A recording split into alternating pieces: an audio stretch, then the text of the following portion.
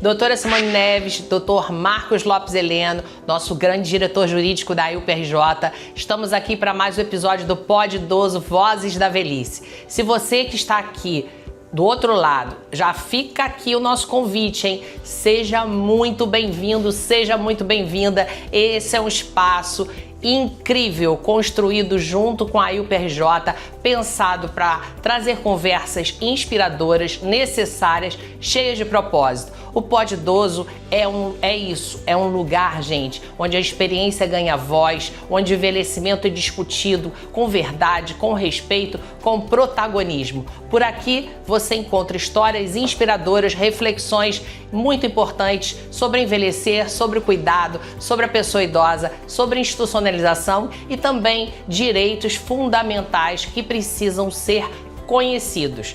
É muito conteúdo para você, para sua família, para todo mundo que se importa com esse tema. E me conta aqui, você nos acompanha? Conta aqui pra gente. Vem fazer parte desse grupo, aproveita, curte lá, vai lá no YouTube, ativa as notificações, não perde nada. Segue a gente também no Spotify. Você pode ouvir quando e onde quiser. Aí, não esquece de acompanhar nossas redes sociais, comentar, compartilhar, porque quando você participa, essa conversa chega muito mais longe. E é claro, nosso agradecimento especial aos nossos patrocinadores que tornam todos os episódios possíveis e incríveis. Farma Idoso, Odonto Sênior, Missão e Saúde Fonoaudiologia, Sistema Clean e, é claro, a UPRJ. Vocês fazem nossos episódios cada vez mais especiais. E hoje temos um lanchinho especial da nossa confeitaria Pituchinha, que alegra nossos episódios com essas delícias maravilhosas. Agora sim, vamos para mais um episódio do Pod Idoso.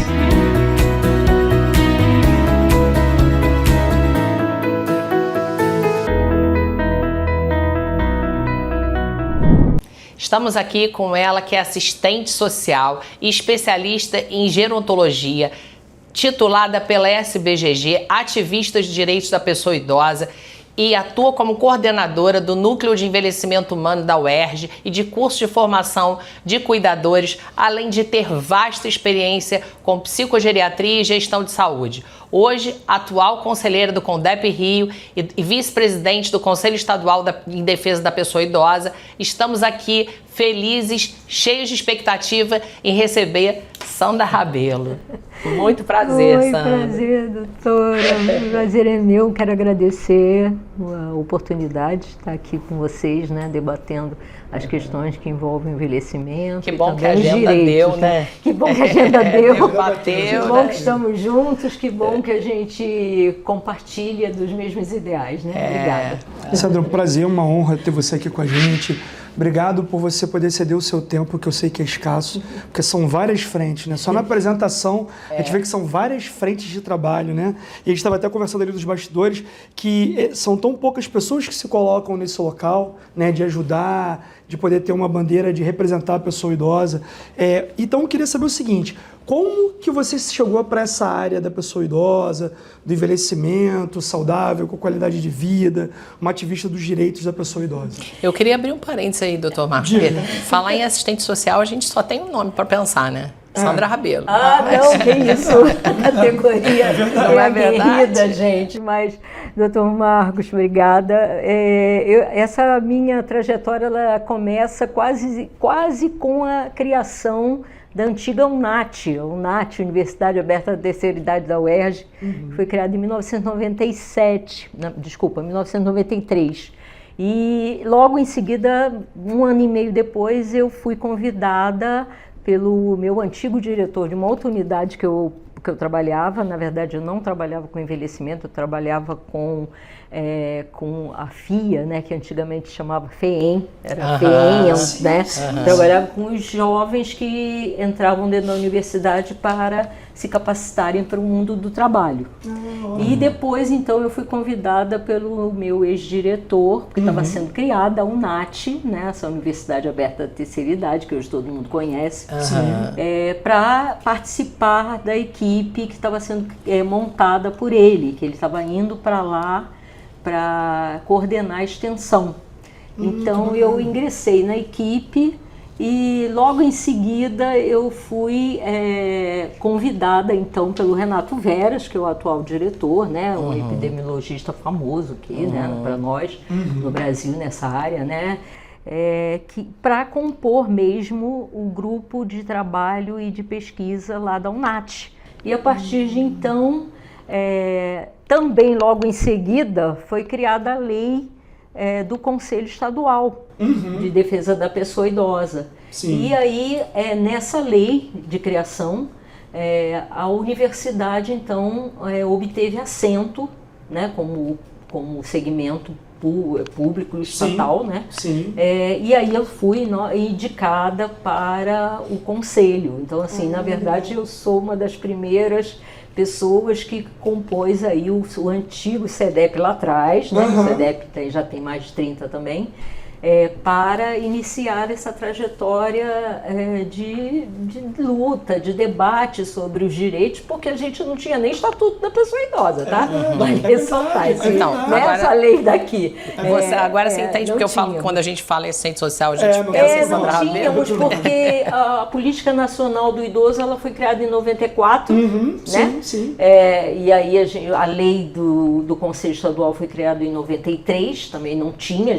Eu me lembro que eu iniciei, junto com várias pessoas, algumas delas não estão mais entre nós, o debate sobre o projeto de lei da Política Nacional do Idoso. Ah, que bacana. Que estava sendo debatido, essa política, ela estava sendo debatida, na verdade, pela categoria dos aposentados. Aqui no Rio de Janeiro a gente tinha um grande líder, Roberto Pires, né, já falecido há alguns anos, que conduziu esse debate entre o grupo dos aposentados e que mobilizou os aposentados a irem a Brasília para que os aposentados pudessem lutar pelos direitos da pessoa idosa.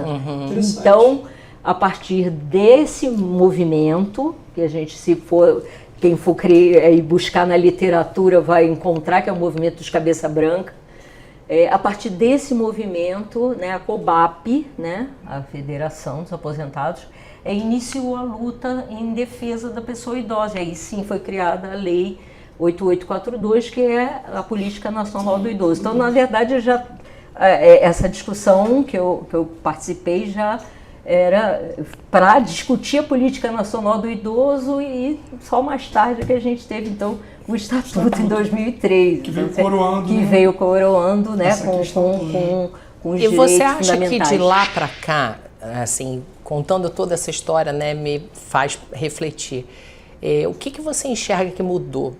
O que a sociedade, em relação ao envelhecimento, o que você acha que mudou de lá para cá? Que já evoluiu, né? Então, doutora Simone, mudou sim, eu não posso dizer que não mudou, tá? Porque a velhice ela era um espaço dos aposentos, né? Da casa, né? A velhice não era o espaço da rua. Era invisível, Era invisível. Então, quando se iniciou esse debate a partir da Política Nacional do Idoso, né, vale ressaltar que na Política Nacional do Idoso foi criado o Conselho Nacional, então isso foi um avanço, né, isso em 94. Foi criado também os centros de convivência. Então, a partir dessa lei é que os gestores públicos foram criando os centros de convivência e foram fazendo com que as pessoas saíssem de casa, as pessoas mais velhas saíssem de casa para frequentar os centros de convivência. Interessante. Então, se você me pergunta se mudou, eu digo para você que sim, mudou. Mudou, claro, mudou. Mas a gente precisa de mais, né? Porque o envelhecimento ainda é estigmatizado. O envelhecimento ainda passa por uma situação de exclusão, né? A velhice ainda não tem voz, né? E aí a gente precisa fazer isso acontecer. Exato. Né? E é na sociedade civil que isso tem que acontecer. né? Mobilizando a sociedade civil, trabalhando numa perspectiva de intergeracionalidade, que a gente consegue aproximar as pessoas mais jovens do processo de envelhecimento, e você fala... fazendo com que elas percebam que também vão envelhecer e que devem, exatamente, Sim, e que devem envelhecer com satisfação, porque é uma trajetória de vida com grandes oportunidades. É um lugar que todo mundo vai chegar, Exato. Né? Exceto você morrer, né? Exato. Então, assim, outro dia eu estava pensando sobre isso, porque é interessante esse exemplo. Era uma pesquisa, né, que ia ser realizada, e aí uma pessoa conhecida minha falou assim, não, a gente pode falar com a fulana, porque ela é bem envolvida com essa causa e tal, se bem que agora ela é uma senhora, né? Aí eu olhei e falei, como assim? Pois é. Já vem o capacitismo, o idadismo, não, o aí tem que etarismo. ver, né, porque ela agora é uma senhora. Eu falei, mas o que você quer dizer com isso? Não, eu falei, mas ela tá incapaz? Porque ela é uma senhora? Não é porque ela... Mas ela... Qual a idade dela? Você tem mais ou menos a ideia? Por volta de 60 e poucos anos. Eu falei, É uma jovem... Então, assim, aí você começa a imaginar... Nessa perspectiva de longevidade, né? Vale ressaltar, né? Não Porque a gente já tem um percentual Exato. significativo de pessoas com mais de 100 anos no os Brasil. super idosos, então, né? super idosos. Então, a gente tem que aplaudir. Exato. Olha só, se uma pessoa tem 60 anos, né, doutora Simone e doutor Marcos, tem 60 anos, significa que ela tem, em média, 30 anos de possibilidade. Exatamente. Maravilhoso. Toda uma vida pela muito frente ainda. tempo. Perfeito. É muito tempo. E aí eu falei assim, quando ele falou, eu tô com 53 anos. Eu falei, gente, daqui a pouco ele tá sou eu, falando né? que sou eu. Eu sou a senhora que não pode mais fazer nada. Né? E eu me sinto hoje, né, com 53 anos, sincero e honestamente, eu acho que eu posso dizer que eu me sinto com 30. Não é? Exato. Não é? Porque Exatamente. eu não tenho nenhuma incapacidade nem dificuldade para realizar nada. Exatamente. Né? Um pensamento muito rápido. E aí, quando ele fala que é uma jovem senhora, eu falo, meu Deus, como a sociedade ainda vê a pessoa idosa. A gente estigmatiza muito o envelhecimento. Ainda Demais. vê o envelhecimento Demais. num lugar fora do contexto, né, da participação social, que é uma coisa que a gente luta muito no Conselho. Sim. Né? Uhum. A participação social da pessoa idosa, que é isso que a gente tem que buscar hoje para que a sociedade como um todo perceba que o processo de envelhecimento ele é único, ele dá possibilidades e ele é saudável.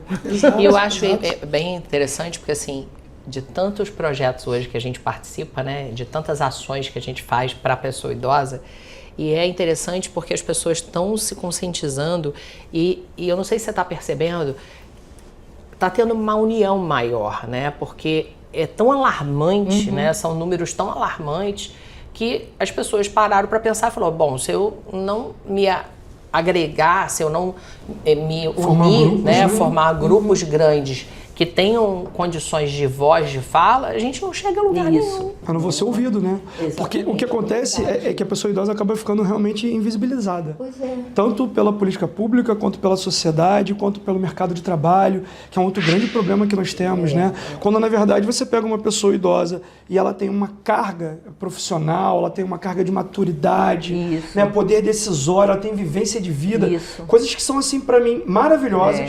Desde pequeno, abri um parêntese aqui, né? Acho que eu nunca falei isso. Desde pequeno, eu sempre gostei muito de conviver com pessoa idosa. Porque eu sempre tive muita troca. Sim. Então, assim, eu era pequeno, bem pequeno, tinha, sei lá, 8 anos, e aí eu ficava junto com o porteiro do prédio da minha avó, que ele era uma pessoa idosa. E ele era um retirante nordestino. E ele me contando, eu aprendi a ler sozinho, eu aprendi a escrever sozinho. E assim, você vê a superação, aquela carga que ele tem de vida, e muitas vezes isso tudo fica invisibilizado, porque é uma pessoa idosa. E aí você não dá voz, você não consegue nem aprender, né, com a pessoa idosa. E assim, diante desse cenário, o que você acha que são os desafios principais que nós temos ainda para avançar? Porque quando a gente bota você acha que a gente pode evoluir, assim, que tem urgência para evoluir? Então, exato, com mais urgência. Pois é, eu considero com mais urgência a gente lutar contra o idadismo, isso sim, com certeza, porque a gente que é mais velho, eu sou uma pessoa de mais de 60, né? E eu sinto na pele, inclusive já sofri até discriminação num show que eu fui, até antes da nossa falecida Preta Gil. Eu sofri uma discriminação, porque o show ia acontecendo já muito tarde da noite, e uma menina muito jovem, né? Ela passou na minha frente, numa fila que a gente estava, e eu reclamei e ela me ofendeu, né? O que uma pessoa velha estava fazendo 2 horas da manhã ali. Então, assim, eu já sofri também. E você, fisicamente, visualmente, não tem exatamente. Mas eu Exatamente. também já sofri não com tem. esse preconceito, pois é. Então, assim, é importante que a gente lute contra esse idadismo, porque realmente esse preconceito contra o envelhecimento, ele ainda é cruel. Sabe, ele estigmatiza, ele não faz com que os jovens, né, percebam que o envelhecer é como você falou, doutor Marcos, que você buscou, né, o porteiro, que era um senhor mais envelhecido, mas que tinha muita coisa para dizer para você. Exatamente. Então, a juventude ainda não tem essa percepção, e o que a gente precisa fazer é discutir com a juventude a possibilidade de envelhecer, que é natural e que é para todos, né? E que ele vai envelhecer muito mais até do que eu, tá? Porque ele vai viver muito mais anos do que eu no futuro, porque a gente está caminhando, né, por esse processo de longevidade que é concreto hoje em nosso país. Então, é preciso dialogar nesse sentido. Eu considero essa uma pauta assim, de extrema importância. Eu acho que é também muito importante, já assim, falando da UERJ, né, e eu acho que é uma luta sua, né, dentro dessa coisa acadêmica, que eu acho que a gente também deveria ter algo nas escolas. Né? Sim. Porque assim, isso uma educação continuada específica para isso. Você vê que crianças, adolescentes, né, fazendo alguns comentários em relação a pessoas idosas, que você fala, meu Deus, que educação essa criança, esse jovem está tendo, né? Exatamente. Então, eu acho que é algo que a gente precisava entrar também nas escolas, né? Mas então, doutora Simone, lá em 2006, já na conferência, na primeira Conferência Nacional dos Direitos da Pessoa Idosa, nós já lutávamos para que a LDB, que é a Lei de Diretrizes da Educação, implementasse nas atividades complementares o ensino em gerontologia nas escolas, possibilitando que as crianças e os jovens pudessem entender do processo de envelhecimento através dessa disciplina. Bacana. E a gente não conseguiu. Não foi implementado até hoje? Não, é aberto às escolas, né? Mas não tem adesão, mas que não assim. tem adesão, exatamente. Vai ter adesão para disciplinas voltadas à tecnologia, que eu acho que hoje, né, o que chama mais atenção, né, do jovem. Mas uma disciplina como a gerontologia, voltada para o processo de envelhecimento, da saúde da pessoa que envelhece e dessa longevidade, a gente não consegue implementar. Isso realmente é preocupante, porque esse jovem vai envelhecer sem saber como envelhecer. Entende? E é pela educação que a gente conquista as coisas, né? Exato. E é uma coisa básica. E até também, né, eu penso, também eu vou mais além, sobre a questão do cuidado.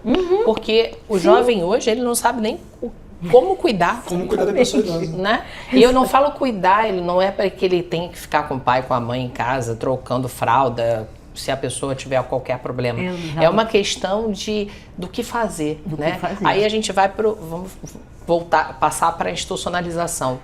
A gente sabe que existe um estigma da institucionalização, mas eu converso diariamente com pessoas, né, em LPI, que chegam e não sabem nem que existe, não entendem esse cuidado. Também tem um preconceito, né? A gente chama de LPIsmo, né? Sim. Então eu acho que é algo que precisa ser mais debatido, divulgado, né?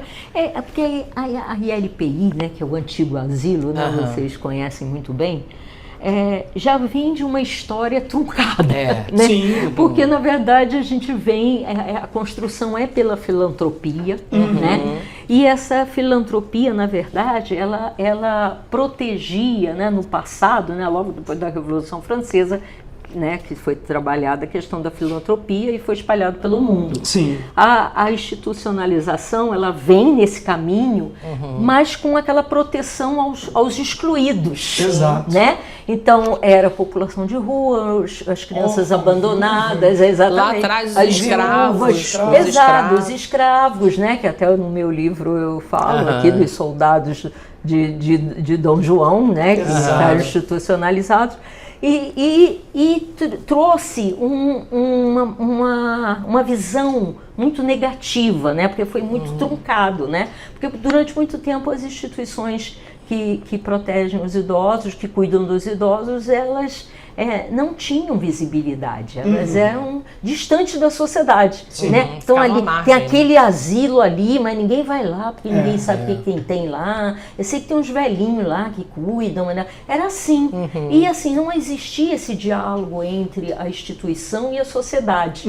Então, isso ainda precisa ser muito bem debatido, né? Para que a sociedade, né, perceba que hoje, como a gente chama de equipamento, né, de proteção e de atendimento à pessoa idosa, tenha um respaldo da sociedade e que seja uma possibilidade importante para o envelhecimento. Então a gente não tem esse diálogo ainda, quer dizer, a gente luta, né? Vocês estão à frente desse processo também. Luta para que essa condução seja de fato garantida como aquela instituição de acolhimento e de extrema necessidade para o processo de envelhecimento mais longevo, né? Aquele onde a gente vai precisar, né, de uma equipe qualificada que cuide de nós, né, que olhe por nós, que leve a gente para passear, que faça a nossa festa de aniversário dos 100 anos e por aí afora. Então, precisa também Mas você acha aprofundar o debate. Eu me pergunto, né? Nós trouxemos aqui, em outro episódio, o secretário Felipe Michel. E uma das coisas que a gente conversou aqui com ele sobre a questão desses lugares clandestinos, né? Todos os dias, né? Você vai e liga o Bom Dia Rio Fachel, o Felipe Michel traz uma denúncia de lugares assim. Nós concordamos que esses lugares precisam realmente ser, não podem estar abertos. Mas se a gente o nosso foco for em cima somente desses lugares, nós não vamos dar voz, dar luz a lugares que fazem correto. Com boas práticas. Que tem boas práticas. E aí, o que acontece? E eu sinto isso, assim, pode ter certeza na pele. O familiar chega de manhã, eu atendo familiar nas minhas instituições de manhã, às 8 horas da manhã, e ele fala assim, doutora Simone, eu vim convicto em institucionalizar minha mãe, mas eu vi a reportagem no Bom Dia Rio, ele abandona, e eu estou inseguro, porque, olha, não tem comida, é tudo estragado, e aí começa ele que já está emocionalmente muito mexido com essa situação, ele começa inseguro, a criar, né, ainda, muito inseguro, a criar situações que não existem em lugares que tem boas práticas, né? Sim. Então, a gente precisa encontrar uma forma de comunicar melhor, né? É aí que entra, acho que uma questão que eu acho que pode ser aqui um consenso nosso, que é a criação de uma política pública. Perfeito. Para dizer LPIs, Perfeito. entende? No momento que você cria uma política pública voltada para as instituições de longa permanência, onde ali é possível mostrar os espaços que representam um ótimo atendimento, um cuidado exemplar e uma equipe de peso, né, qualificada, porque a gente precisa qualificar as equipes que trabalham nas ILPIs, né? Até o item 8 da Lei 8.049 foi uma sugestão minha, que foi o treinamento em gerontologia que eu sugeri lá para o nosso autor da lei, né? Da lei, então, 8.049. Para que realmente a gente treine as equipes e mostre para a sociedade que não é só aquela imagem negativa, né, que o secretário, ainda bem, né, ele tem buscado, né, retirar os idosos daquela situação. Em condições de vulnerabilidade. Exatamente, de vulnerabilidade, mas que existe sim instituições sérias que fazem um trabalho importante e que fazem um trabalho de excelência no cuidado. É verdade. Aí a gente precisa debater isso. A criação do selo foi uma saída boa, né? Exatamente. De trazer. Você consegue trazer um pouco mais de segurança para aquele familiar que você tem o selo, então você foi aprovado nos critérios ali mínimos de segurança. Não, uma ideia excelente, sociosanitária. mas é uma ideia que ainda, né, doutor Marcos, está restrita a um campo, né? Só. E aí uma questão assim que é muito importante a gente colocar, porque sempre quando eu vejo fechar um espaço desse, um local clandestino, que é totalmente precário, eu me pergunto, certamente o valor podia ser baixo, provavelmente às vezes é muito baixo, né? E aquela pessoa idosa tem uma condição socioeconomicamente vulnerável. Isso. Se ela não consegue ser acolhida pela rede que existe de acolhimento, né? Que a gente sabe que, infelizmente, é insuficiente em nível Brasil, não é só município ou estado, não é sobre isso, é nível Brasil. Para onde aquele idoso vai, né? Então, assim, essa questão da política pública, da gente poder refletir sobre isso, desses espaços de acolhimento. Uma coisa que você falou que eu achei sensacional, eu nunca tinha pensado nisso, a aposentadoria, voltado para os aposentos. E agora o idoso saiu para a sociedade, e tem que sair. Só que a sociedade e a política pública tem que estar preparada para acolher esse idoso que saiu. Porque ele tem as necessidades dele. Às vezes ele tem dificuldade de andar, às vezes ele tem um problema cognitivo que ele precisa ali ter um tipo de terapia. Só que se a sociedade e o poder público não promoverem isso, ele acaba voltando para o aposento de novo, né? Para o ostracismo, para a individualidade dele, para o isolamento. Então acho que é legal a gente falar sobre isso, porque essa versão da pessoa idosa, a lei 10741 de 2003. Né? 2003 é muito recente. É uma lei que todo mundo fala, né? Mas é uma lei muito recente. Mas não é porque não é recente que você não deve se apropriar. Então eu concordo, toda escola tinha que falar sobre essa lei, faculdade de Direito tinha que falar sobre essa lei, os espaços públicos tinham que falar sobre essa lei, a pessoa idosa tinha que ler, você que é pessoa idosa, imprime a lei, lê item por item, por favor, né? Grifa, porque ele tem seus direitos, por favor. Não tem só suas obrigações, tem seus direitos. Tem seus direitos. E uma das coisas interessantes, assim, eu tenho exemplos, assim, eu conversei com uma pessoa jovem para institucionalizar a mãe. E ele falou assim para mim, eu gostaria muito de institucionalizar minha mãe aqui, mas ela não tem recursos, doutora. Eu falei, sim, eu entendo. E aí, o que você pretende fazer? Pois ele morando fora do país, né? Eu ainda estou pensando, porque eu não tenho como colocar esse recurso para ela, né, viver o resto dos dias dela. Eu falei, você conhece o Estatuto da Pessoa Idosa? Você sabe que você é responsável por ela? Exato. E assim, você não está pedindo para eu colocar do meu bolso, tem que ser do seu. Ela falou, do meu? É assim, como se fosse uma coisa assim, né? Ela não tem recurso, então ela vai ficar ali sem cuidado. Né? Então eu acho que esse livrinho deveria... Terceiro.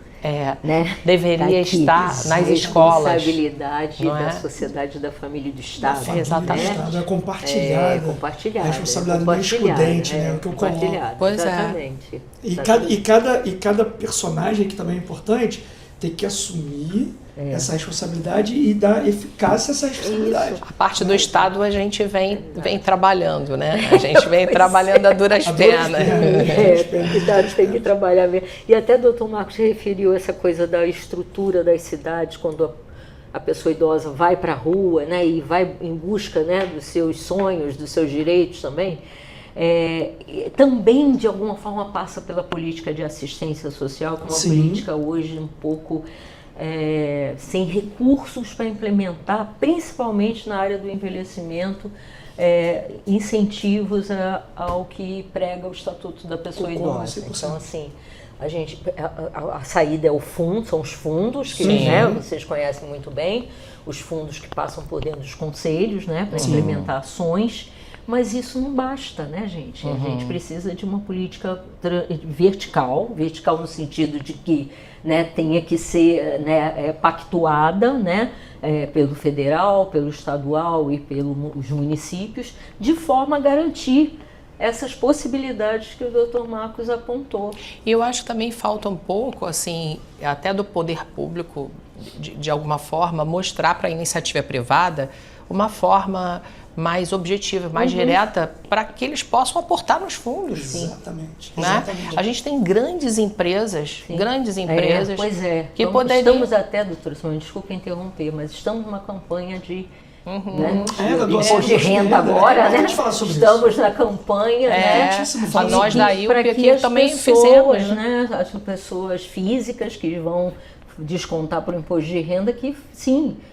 Apliquem nos fundos, né? Exato. E não precisa ser o fundo da sua cidade. Exato. Pode ser o fundo de outra cidade. Exatamente. E a mãe mora na outra, então ele vai aplicar no fundo da cidade que a mãe mora, e não naquele está. Nós da IUP vamos fazer agora uma ação grande, né? De conscientização das pessoas, agora nesse momento de imposto de renda, para fazerem isso, né?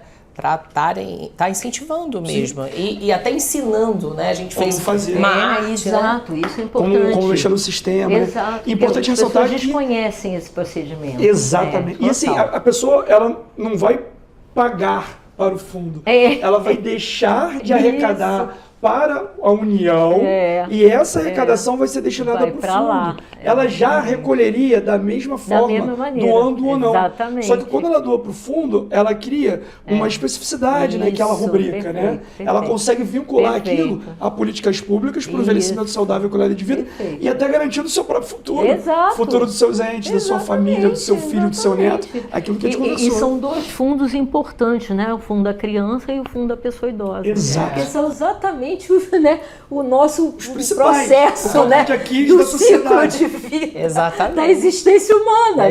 Então, assim, é por aí que a gente tem que investir, né, no envelhecimento. É exatamente isso. Doutor Marcos, parabéns. Uma questão que eu acho muito importante, e com certeza você vai poder trazer de forma bem elucidativa para a gente, no que tange qualificação de cuidador de pessoa idosa, né? Vamos colocar assim.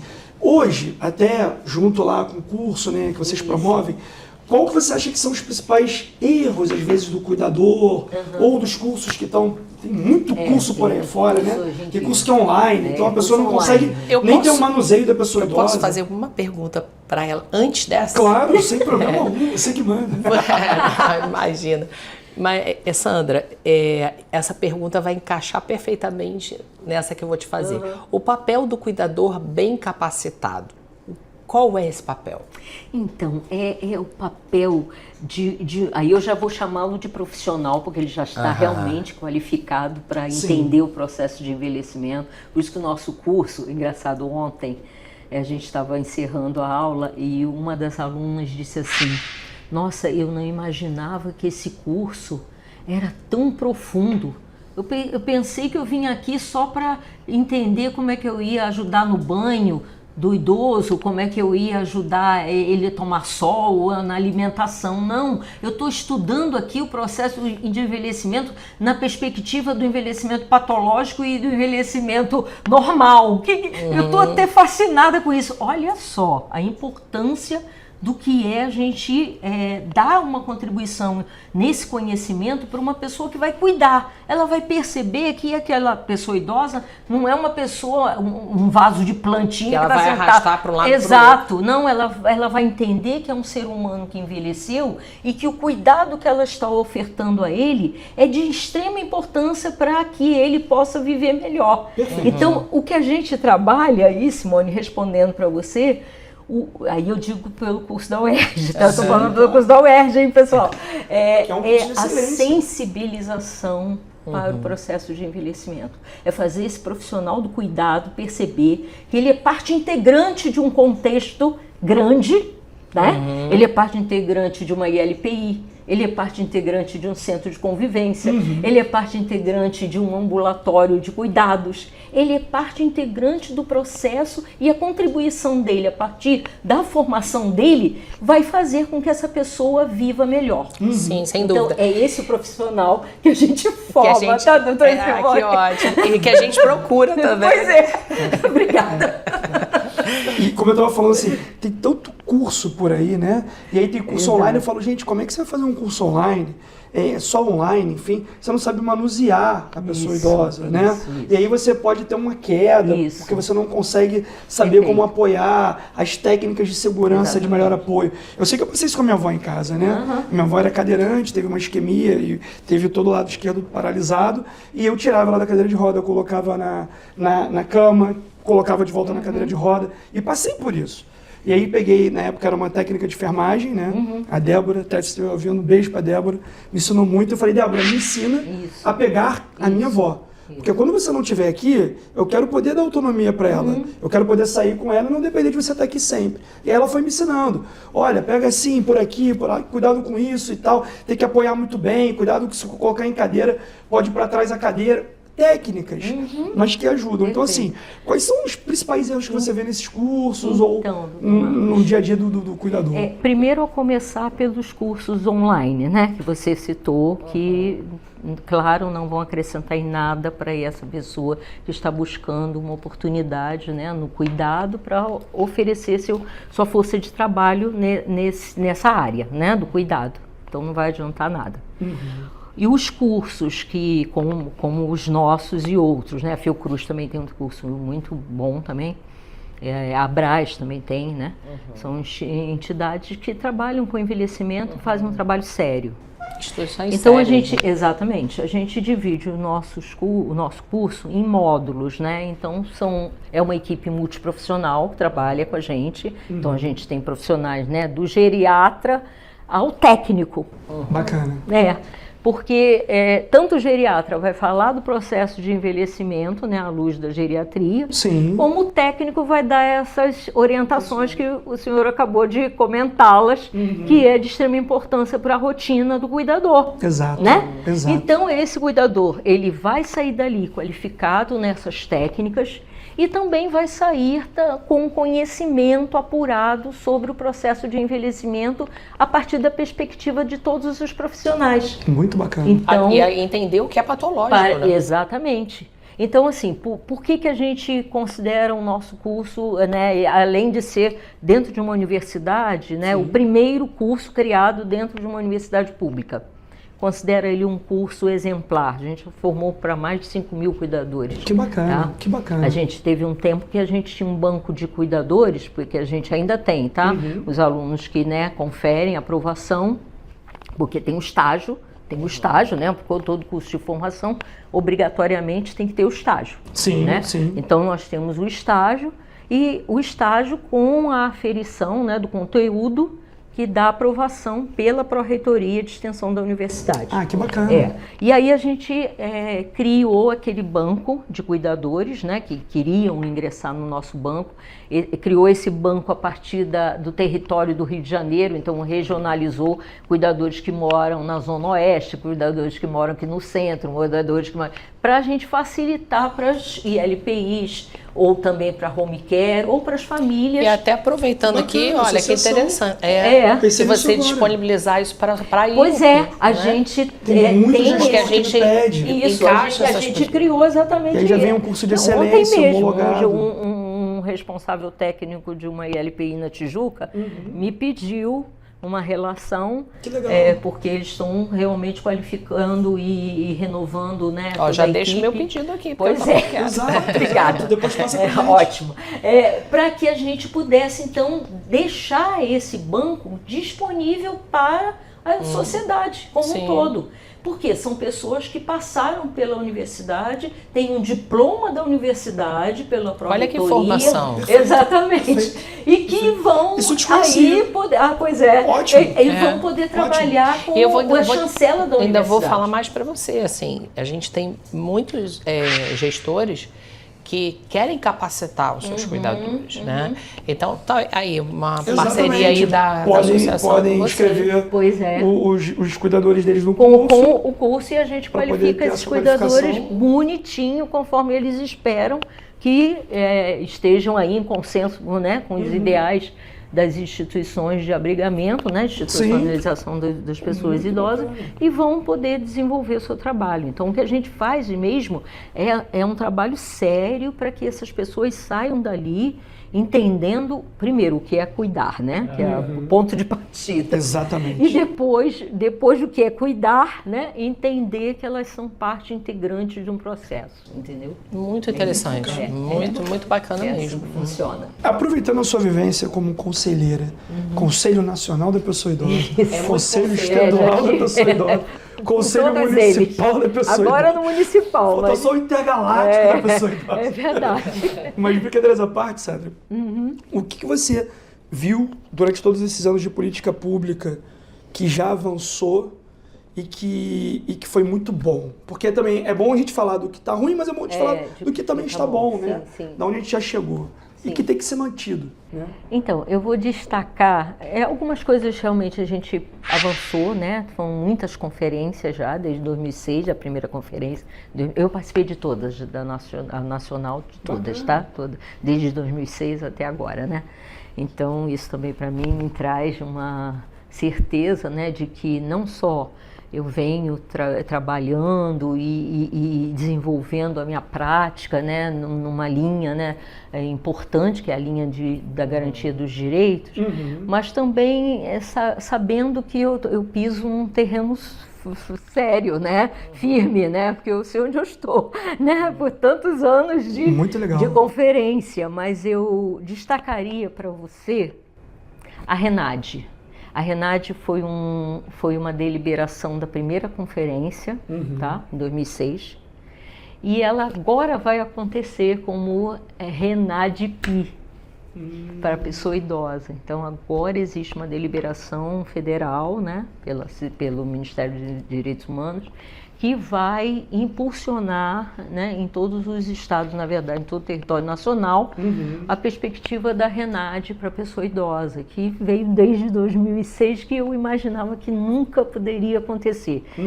Na verdade, em 2000 não sei se 2016 ou 2017, não me lembro certo, tá? Não tenho certeza, mas a gente teve uma iniciativa para que acontecesse a RENADE, e a UERJ foi escolhida como uma universidade que poderia aplicar um projeto piloto. Então a gente foi chamado lá pelo governo federal para aplicar esse projeto piloto, e a gente, pelo município todo, nós entrevistamos vários entes, né, que seriam os entes de atendimento à pessoa idosa. Então, entrevistamos Polícia Federal, Polícia Civil, ONG, entrevistamos ILPI, entrevistamos Centro de Convivência, entrevistamos cuidadores, entrevistamos família, entrevistamos todo mundo. E fizemos um diagnóstico e entregamos lá no governo federal na época. Que bacana. E a gente imaginou que ali avançaria, mas não conseguimos. Agora a gente tem a perspectiva de que é possível implementar no país a RENADE para a pessoa idosa, e isso foi uma deliberação da primeira conferência. Pô, isso é muito importante. Pode deixar de lado. Não, isso é muito importante. Foi uma grande É por isso que eu perguntei, porque eu sei que você tem todo esse histórico, né? Gente, eu nunca vi um episódio passar tão rápido. Exatamente. Tô falando sério. Chegamos ao fim, você acredita? Não, porque assim... Poxa, é muito gostoso. Não é porque a gente vai entrando num assunto e vai Eu tinha emendando várias no outro. perguntas Não aí. Pois é. Eu olhei assim e falei, gente, não acredito nisso. Sinceramente. Não acredito. E assim... Eu olhei também que eu falei, meu Deus, já passou uma hora. Poxa, e foi muito rápido, né? Ai, que bom. Eu não posso deixar de finalizar, né, querendo que você deixasse uma mensagem aí para as pessoas que estão em casa nos ouvindo, que lutam com pessoas cuidando de idosos, né, ou em casa ou em instituições, né, participam desse cuidado ativamente da pessoa idosa. O que você pode deixar para eles? Bom, eu quero mostrar, né, na verdade, é o Estatuto, que é a nossa luta, né, sempre constante. Estatuto da Pessoa Idosa, aqui a gente vai encontrar nos artigos, né, tudo que a gente precisa para garantir os direitos da pessoa que envelhece. Com certeza é a nossa bandeira de luta, não esqueçam. E eu vou deixar a caderneta de saúde, porque a caderneta de saúde da pessoa idosa é um instrumento para cuidadores familiares, cuidadores profissionais e para os profissionais da saúde, né? instrumento fundamental no acompanhamento em saúde da pessoa que envelhece. Então, assim, a gente tem que se apropriar dos instrumentos, né, que a gente tem hoje no Brasil, utilizá-los com firmeza e a partir dali a gente, tendo carinho, amor, né, e contando, né, com a sociedade como um todo, né, tanto em gestores públicos, privados, sociedade civil, governos, acho que a gente chega lá. É isso que eu queria dizer. A luta Obrigada. é grande, mas juntos somos mais fortes, né? Pois é, exatamente. Vamos marcar a Sandra Rabelo aí no Instagram dela para vocês terem o contato. E vai ter uma dela. parte 2, que tem muita coisa. Tem muito. A gente precisa, Não, né? muito obrigada, viu? Adorei mesmo. Que Também bom, eu fico senti. feliz. Que pena que acabou. Pois é, Foi muito gostoso. o Tá papo. aqui, ó, um muito brinde dos nossos obrigada, patrocinadores muito obrigada, aqui. doutora, Tem obrigada. 2 livros aí para você. Pois é, já vi ali, já olhei, né, os livros, vou lê-los, claro, com carinho e atenção. Quero agradecer a vocês, a associação, ao trabalho, né, ao empenho de vocês na luta pelo cuidado, tá? A gente está numa política de cuidado também que deve ser, de fato, implementada em nosso país, né? É uma das por perguntas que eu ela, tinha. pois é. Poxa vida. Essa política de cuidado hoje também a gente fez lá na universidade um seminário importante, né? Financiado pela FAPERJ, pelo CNPq. E encaminhamos uma carta ao Ministério da Saúde, né, como parte desse projeto. Então, eu sei que vocês também estão envolvidos com a política de cuidado e por ela é que a gente chega lá. Tá? É verdade. Obrigada. Mas foi um prazer. Um prazer foi meu. enorme. Obrigada. Sandra. Prazer enorme. Muito obrigada. certeza. Prazer enorme. Obrigada. O Pod Idoso acredita que cuidar é um ato de amor, memória também é política pública, envelhecer com dignidade é um direito. E você que nos ouviu aqui, fica com a gente aqui e fica com o convite. Compartilha esse episódio, espalha essa conversa maravilhosa por aí. E até o próximo episódio.